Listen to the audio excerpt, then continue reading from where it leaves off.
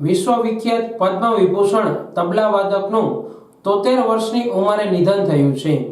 ઉસ્તાદ ઝાકિર હુસેન હવે આપણી વચ્ચે રહ્યા નથી, પરંતુ આજે ભારતભરમાં તબલાનું રુદન સાંભળવા મળે છે.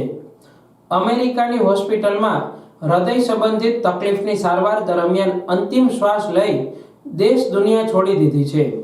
તબલા ઉપર જાદુઈ હાથના ટેરવાથી દુનિયાને ડોલાવનાર પ્રખ્યાત તબલાવાદક અને પદ્મ વિભૂષણ ઉસ્તાદ ઝાકિર હુસેન દુનિયામાં પોતાના કરોડો ચાહકોને તબલાની થાપ આપીને વિદાય લઈ ગયા છે.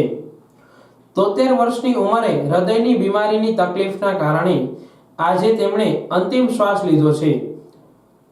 સાન ફ્રાન્સિસ્કોની હોસ્પિટલમાં તેમનો ઈલાજ ચાલી રહ્યો હતો. આખરે આજે તેમનું નિધન થયું છે. તેમની તબિયત લથડતા દેશ અને દુનિયામાંથી તેમના માટે દુઆઓ શરૂ થઈ હતી, પરંતુ મોડી રાત્રે તબલાને મૌન છોડીને તેઓ જતા રહ્યા છે.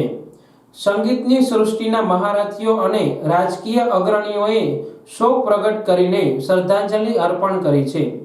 ઝાકિર હુસેનનો જન્મ 9 માર્ચ 1951ના મુંબઈમાં થયો હતો. ઉસ્તાદ ઝાકિર હુસેનને 1988માં પદ્મશ્રી, 2002માં પદ્મભૂષણ અને 2003માં પદ્મ વિભૂષણનું સન્માન મળ્યું હતું.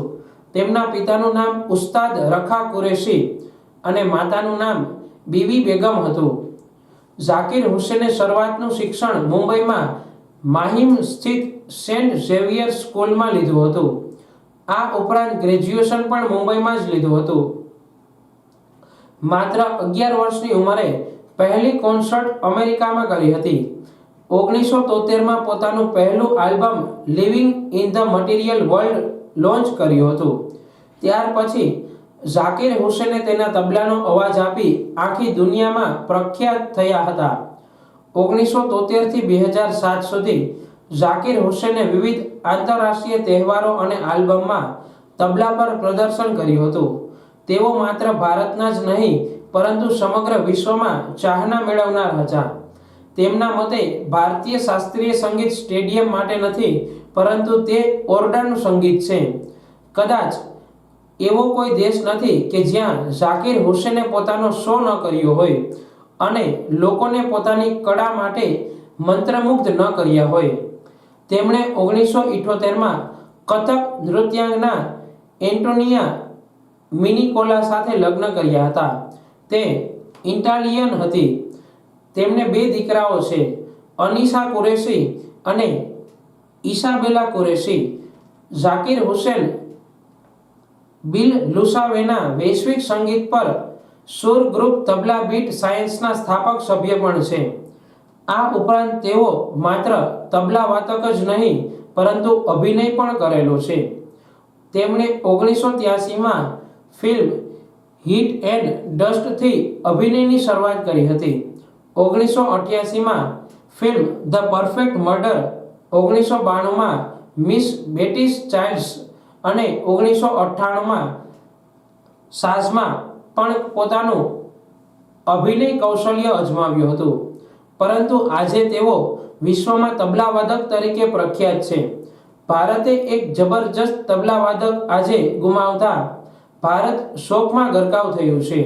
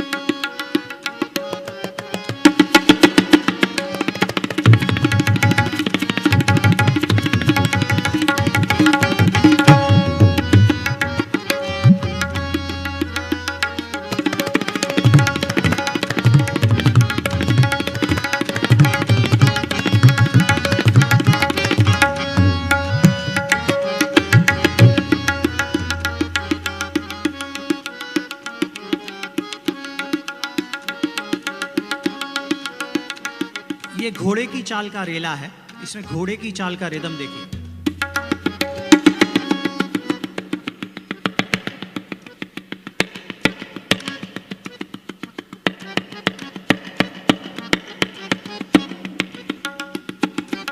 लेकिन उससे पहले एक तिपल्ली देख लीजिए।